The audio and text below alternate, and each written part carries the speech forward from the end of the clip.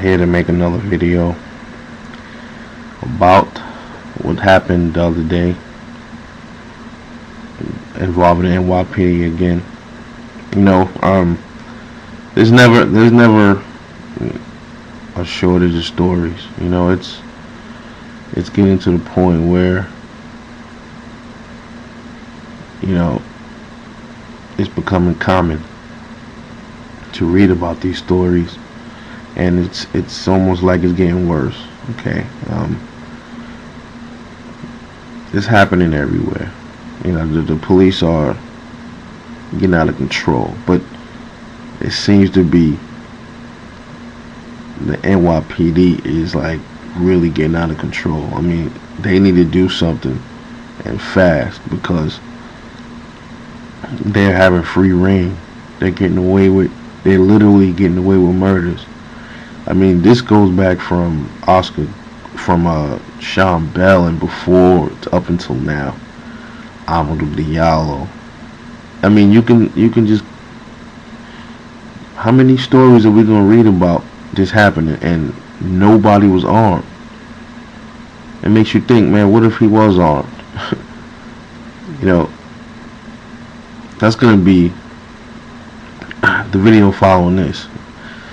That's what's gonna be a question. I'm gonna bring up a question. I want you guys to answer it, but I'm not gonna ask the question in this video.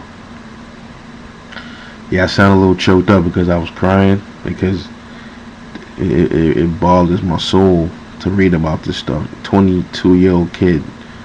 Just the link to the video is below. 22-year-old kid from Queens, I believe. Well, a shooting happened on the Grand Central Parkway in Queens, not far from the JFK airport. Apparently, you know, he was coming from work. He worked 2 jobs, and I think in a dealership and at a bar. He had 2 female friends in the car with him. The one that was in the passenger seat, she said he didn't have a drink, but it wasn't to the fact where he was impaired and he was, you know, driving erratically. Then in the back seat, his other friend was off-duty cop. She was off-duty cop. Guaranteed, they're gonna twist the story around. They're gonna throw that code of silence at her. Like, hey, you know, you can't rat out your brothers. And then I just find it odd that she said she was asleep the whole time during how the incident started. She was sleeping. So I think they already got to her and twisted her arm a little bit. I just find that strange. You know, you're in the car, you get pulled over, you hear sirens blaring, but you're asleep the whole time. You don't hear the cops shouting, "Get out the car," but you were asleep the whole time. Family need to really look at that, pay attention to that, because that's not making any sense. Friend said that was in the front seat, said that his hands were on the steering wheel the whole time. The cop said he reached. Get this. He reached down as if he was getting a gun. How many times have we heard that? He reached down as if he was getting a gun. They said the medical examiner said the shot came from diagonal, hit him in the abdomen, and did something in his aorta. I don't know. So these bullets ain't no joke. I don't know how you get hit in the abdomen and it destroys your aorta, because that's in your heart. But like I said, hollow points. They you know, dump energy into their target. And he was 22 years old. Here's the thing. This is how I'm gonna tell you right now what's gonna happen to the cops. They're gonna walk. And I ain't gonna tell you why they're gonna walk. This power drill. Pay attention to this drill thing. They're gonna use this and they're gonna literally drill it into the story. They're gonna say he had the power drill by his feet. He went to reach for it. Now, does that make any sense? The kid has no criminal record. No criminal record. You know, there's one or two things here. One possibility is that he was drunk and he was reaching for a power drill and thought it was a gun. You throw that out the window. That makes no sense. What I think happened is he indeed had a drill in the car. I don't think the drill was even nowhere near him. Think about it, man. I mean, it's possible, but think about it. How many of you got power drills in your car and then you ride with it next to your foot, next to the leg of it, when you're driving? How many of us keep power drills in our door or keep it near our feet when we're driving? Does that make any sense? What I think they're doing is, what they're good at doing, put it like this: the cops better thank God that that drill was in that car. And I'm gonna tell you what I mean. I mean is, that drill wasn't nowhere near that kid. That drill was somewhere probably in the back seat or in the trunk, and what they did was went through the car and said, oh, okay, look, this is what we're gonna do. We're gonna take this power drill, since it kind of looks like a gun, it's in the shape of a gun. We're gonna say that he went to reach for the gun. He went to reach for the drill. We thought it was a gun. He was so intoxicated that he went to reach, and we thought that he had a gun. They're gonna use that drill to get them out of trouble, as if they were ever gonna get in trouble in the first place. I mean, we all know what happened with Amadou Diallo. They said we thought he had a wallet gun, and they pumped 40 shots into him. And look online to see how many of them went to jail or did serious time. Also, grand story. Well, that wasn't in New York, but how many of them was doing serious time? Sean Bell, how many of them was doing serious time? And it's not just shootings. There's other, beat people to death. Anthony Baez, I was about 16 when that happened. Police choked him with his baton, killed him. I believe he went to jail. I think he did. I don't remember. I gotta look that up. I think they let him go. They acquitted them too. That badge is magical power, man. And the state give them this power to kill. I want to see what Bloomberg and Ray Kelly gonna say to this one. Like I said, that power drill is their savior in this one.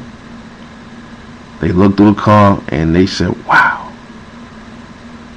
That's even if there was even a power drill even in the car. You can't put it past them. Knowing that they were they were in deep shit, maybe. They could have planted a drill in there. Who knows? They could have planted a gun, if anything. They're known for that too. But they didn't have to do that because it was a drill in the car. So they're going to use that and use the fact that he was drunk or had a drink. Just because you have a drink doesn't mean you're intoxicated, or it doesn't mean you're drunk. Man. I mean, I'm supposed to be going to New York. I really don't even feel like going up there no more. I'd rather stay where I'm at. My daughter's up there, but it's almost to the point where it's just I don't even worry about getting robbed in New York. I don't worry about getting shot by nobody on the street. I worry about the cops pulling me over and trying to illegally search me. And we already know how that's going to end up if they do, because I'm not letting them search me, and then you pretty much know what's going to be the outcome of that. You know what I mean? And it's just, they do it all the time. They pull people out their cars, they search you, and even if you say no, they'll try to find a way to force their search on you. It's getting a little scary up there. I mean, this is not a joke. I mean, this is really, really getting bad. I mean, they're getting out of hand with the shootings, and then they're getting away with it. What's the point of having the NYPD, Internal Affairs? What's the point of that? To investigate themselves, huh? The Queen's DA office is looking into this. But like I said, that power drill, they're gonna put it somewhere where it wasn't. Trust me.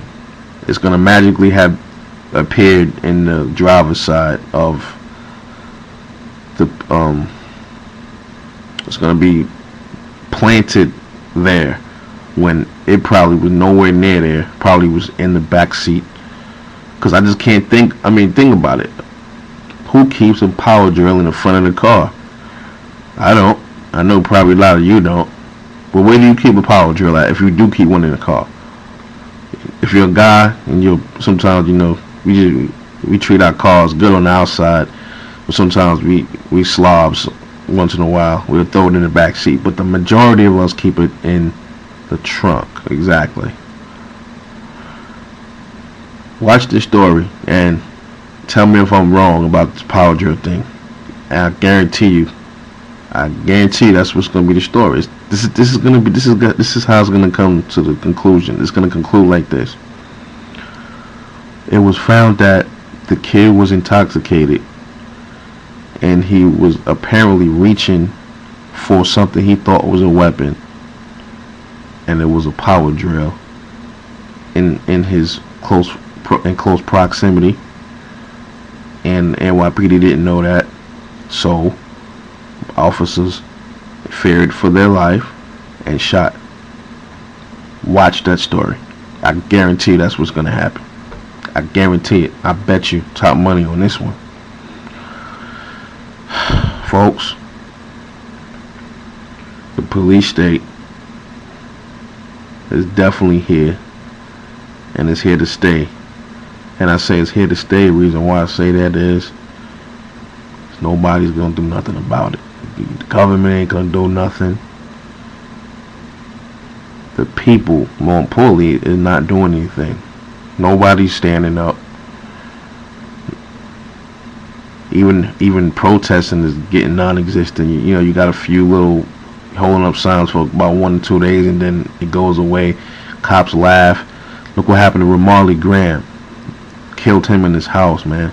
Didn't find a gun. And this is what I've been saying though. Even if you find a gun on somebody, what does that make them? A criminal because you find a gun on them? That, to me, the biggest criminals with the guns is the ones with the badge on. Just because someone has a gun and you're not a cop, that makes you a criminal. That's what New York City tells you. Okay. Stories attached. Look this story up. This is troubling. It really is. It's heartbreaking. The kid had no criminal record. He was in the National Guard. You know, 2 jobs, and to get cut down like that makes no sense, man. And apparently he must have cut off one of the cops. Unmarked car, mind you. You don't have to pull over. If they show no badge, you don't have to pull over for no unmarked car at all, because it could be anybody. I want to see a badge. Shit, you can get fake badges anywhere. I want to see sirens. Well, probably with sirens, but you got people out there that can get that stuff. So I don't know who you are. You know, so this is gonna be a tough one. It's gonna be war, and these cops is in the middle of it. I hate to say this, but it's gonna have to take something crazy, drastic for the people to really wake up and stop what's going on. I'm talking about everything. When people start getting pulled out their houses and pulled out, you know, and maybe then, well, people just kind of react. But I don't see it happening.